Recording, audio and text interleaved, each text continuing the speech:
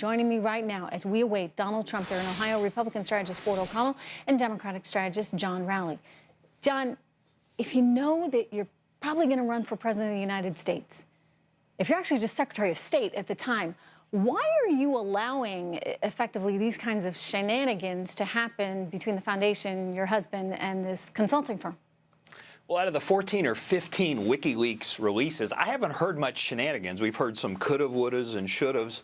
And, I mean, frankly, there's no smoking gun that Hillary Clinton specifically has done anything wrong. In fact, if there would have been this kind of scrutiny around Dick Cheney, who was the CEO at Halliburton right before we went to Iraq, and then Halliburton made billions out of Iraq, I mean, it would have been a totally different thing. Which is the Clinton Foundation. You say that there's nothing there. Let me share with you one email from a senior State Department official who worked for Hillary Clinton while she was Secretary of State.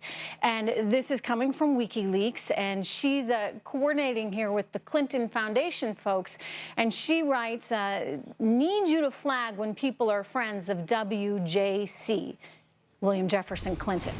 This is Caitlin Cleverick writing to the foundation folks. At one point she says, is this an FOB, meaning friend of Bill's? If not, and this was all during the Haiti earthquake, and people needed, for example, medical supplies. One woman wanted medical supplies. She asked, is this an FOB? If not, she should go to cd.org, which is the government website.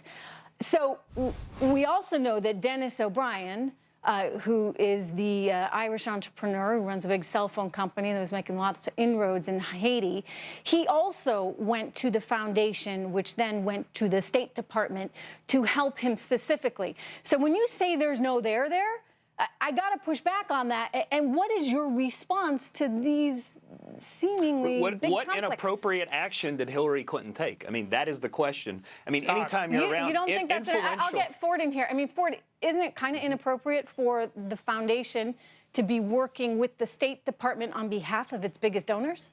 Well, absolutely. There's a lot of 501c3 foundation questions here. It's quite clear that all the talks of the good works that the Clinton Foundation does, it obviously served as a wealth-generating enterprise for Bill Clinton personally, and it allowed people to buy access to Hillary Clinton at the State Department. What everyone else is forgetting here is that a lot of people give money today for favors tomorrow. So should Hillary Clinton actually prove it? Wait, because she's not president yet. No, I'll tell you why I can't prove it, John, because the government won't investigate her and the media won't connect the dots. Okay. That's the bottom line. You say there's no there, but there may be. I would point out, I mean, regardless of what kind of proof is out there, I mean, look, there's such a thing as appearance, right? And the appearance of conflict. This is the reason why a federal judge, if he or she has stock in a particular company and then suddenly has to be making a decision that would involve that company, they have to recuse themselves from the case, John, not because necessarily they would act inappropriately, but because there's a perception that they may act inappropriately. And that's, of course, the question here with Hillary Clinton. Why did she allow this to continue? You're looking at a live picture. Donald Trump coming up to stage there in Springfield, Ohio. We've talked repeatedly about how important Ohio is as a state. He has a very narrow path. There's still a path, but he's got a narrow path via the Electoral College to actually get to the Oval Office. And Ohio is one that really could make or break him. You do have a pretty depressed economy there with a lot of workers that have found themselves losing jobs, in part because some of these jobs have gone to Mexico, some of them have gone to China, and this is an issue that certainly resonates there. Let's listen in right now to Donald Trump, and then I'll come back to you guys and we'll get some analysis in just a minute. So, John, they've had a very different experience, and thus they have different economic expectations, you got to admit. No, absolutely, and that's always been the case, but I think there's a difference between her message resonating with them and millennials rejecting someone who attacks sexual assault victims. And so, I mean, you know, talking about Hillary, whether she's working hard or not in the campaign, I mean, there's an old business axiom that I think her campaign's following. If your adversary is busy hacking their own legs off, don't get in the way. And so but I'm he's glad. Not doing that lately. I mean, that's the challenge for her, as Lee just pointed out. Well, he has gotten back on message. He's reacting less and making news more, which is the position you want to be in right before the election, John. I'm glad he found his inside speaking voice. If he would have found that 6 to 7 months ago, he might have a better shot. But I think, I mean, I'm sorry, what does that mean?